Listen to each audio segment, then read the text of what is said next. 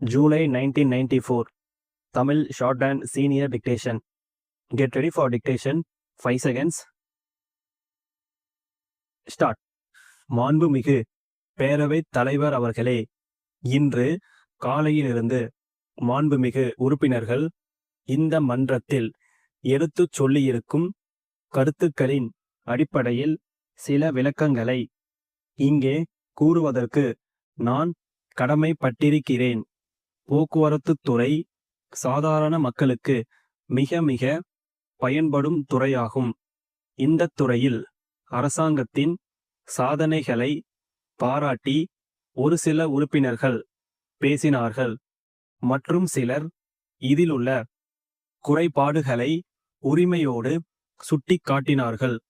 பாராட்டுக்களை தெரிவித்த உறுப்பினர்களுக்கு மட்டுமல்லாமல் குறைபாடுகளை சுட்டிக்காட்டியவர்களுக்கும் அரசாங்கத்தின் சார்பாக நான் நன்றி தெரிவித்துக் கொள்கிறேன்.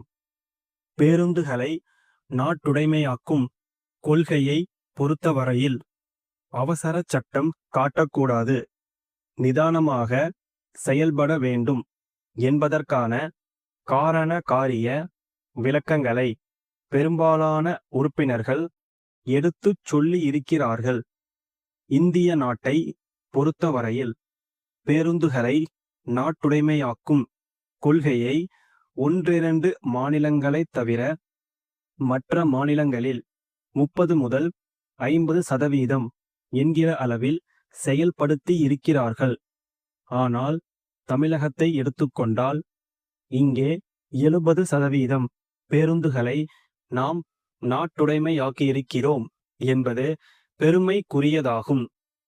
ஒரே சமயத்தில் எல்லா பேருந்துகளையும் நாட்டுடைமையாக்குகிறோம் என்று அவசரமாக அறிவிப்பதன் மூலம் பல பிரச்சினைகள் உருவாகக்கூடும் என்பதை கருத்திற்கொண்டு 10 ஆண்டுகளில் படிப்படியாக இந்த திட்டத்தை நிறைவேற்றலாம் என்று அரசு கருதுகிறது. தனியார் துறையில் ஓடும் பேருந்துகளை மேற்கொள்ளும் நேரத்தில் போக்குவரத்து கழகங்களுக்கு பெரிய சுமை இல்லாமலும் அதே நேரத்தில் பயணம் செய்யக்கூடிய மக்களுக்கு இடையூறு இல்லாமலும் இந்த கொள்கை நடைமுறைப்படுத்தப்படும் என்பதை நான் தெரிவித்துக் கொள்ள விரும்புகிறேன்.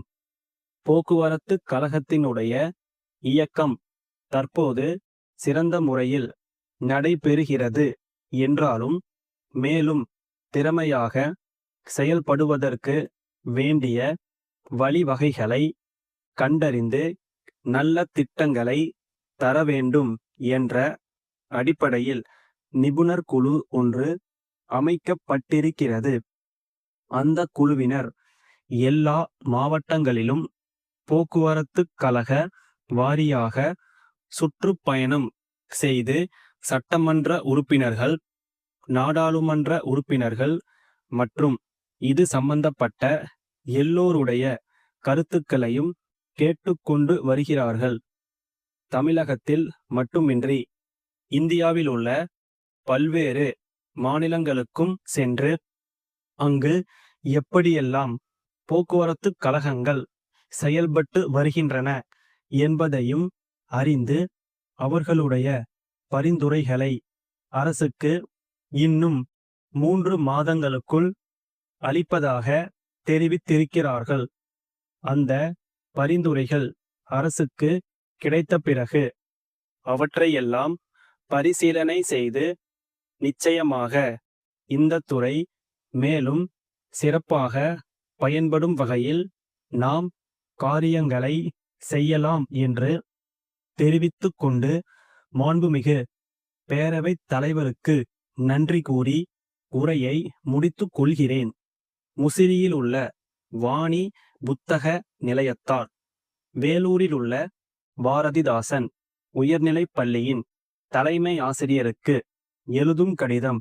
அன்புடையீர், இந்தியாவில் மட்டுமல்லாமல் வெளிநாடுகள் பலவற்றிலும் புகழ்பெற்ற புத்தக வெளியீட்டாளர்களின் முகவராக நாங்கள் நியமிக்கப்பட்டிருக்கிறோம் என்பதையும் பல்வேறு தலைப்புகளில் ஆயிரக்கணக்கான புத்தகங்களைக் கொண்ட எங்களுடைய பார்வைக்கூடம் சென்னையில் அண்ணா சாலையில் அமைந்துள்ளது என்பதையும் மகிழ்ச்சியுடன் தெரிவித்துக் கொள்ள விரும்புகிறோம். பள்ளி மாணவர்களுக்கு ஏற்றவாறு எளிய நடையில் தமிழ் மற்றும் ஆங்கிலத்தில் பல்வேறு தலைப்புகளில் எங்களிடம் புத்தகங்கள் உள்ளன. விலையுடன் கூடிய புத்தகப் பட்டியல் இத்துடன் தங்களுக்கு இணைத்து அனுப்பப்படுகிறது. எங்கள் பார்வைக்கூடத்திற்கு தாங்கள் ஒருமுறை வந்து புத்தகங்களை நேரில் பார்த்ததற்குப் பிறகு தங்கள் பள்ளியின் நூலகத்திற்கு தேவைப்படும் புத்தகங்களை குறிப்பிடக் கோருகிறோம். பட்டியலில் கண்ட விலையில் 5% தள்ளுபடி செய்து நாங்கள் உங்களுக்கு புத்தகங்களை வழங்கக்கூடும். தவணை முறையிலும் தொகை பெற்றுக்கொள்ளப்படும். தங்கள் பதிலை உடனே எதிர்பார்க்கிறோம். தங்கள் நம்பிக்கையுள்ள ஸ்டாப்.